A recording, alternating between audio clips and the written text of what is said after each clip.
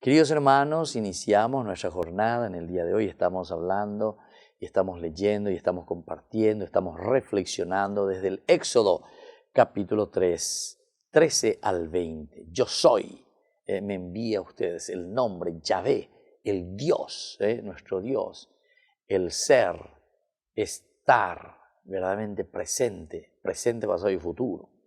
Moisés, después de oír la voz del Señor desde la zarza ardiendo, le replicó: mira, yo iré a los israelitas y le diré: el Dios de tus padres me ha enviado a ustedes. Si ellos me preguntan cómo se llama, ¿qué les respondo? Dijo Dios a Moisés: yo soy el que soy. Esto dirás a los israelitas: yo soy, me envía a ustedes.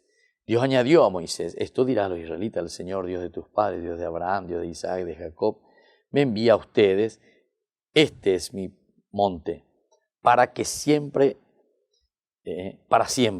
así me llamarán de generación en generación. Vete, reúne a las autoridades de Israel y dile: el Señor Dios de Abraham, de Isaac, de Jacob, se me apareció y me ha dicho: los tengo presentes y veo cómo los habitan los hititas, amorreos, fereceos, jebeos y jebuseos, a una tierra que emana leche y miel. Entonces,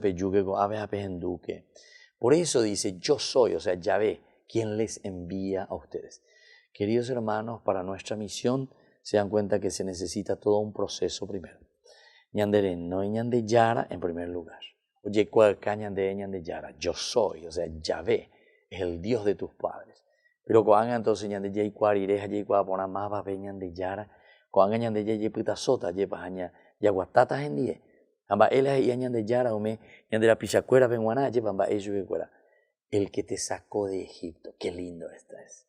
Es decir, es un Dios que actúa en su historia de salvación, en nuestra historia de salvación, justamente actuando a favor de su pueblo. Es decir, nos hace caminar, nos ayuda, nos da esta fuerza necesaria para que nosotros no nos podamos dejar vencer jamás, sino que al contrario, fortalecernos desde Dios. Porque después dice: yo sé que el rey de Egipto no los dejará marchar si no es a la fuerza, Aquí también otro elemento importante, como que Dios le está entusiasmando.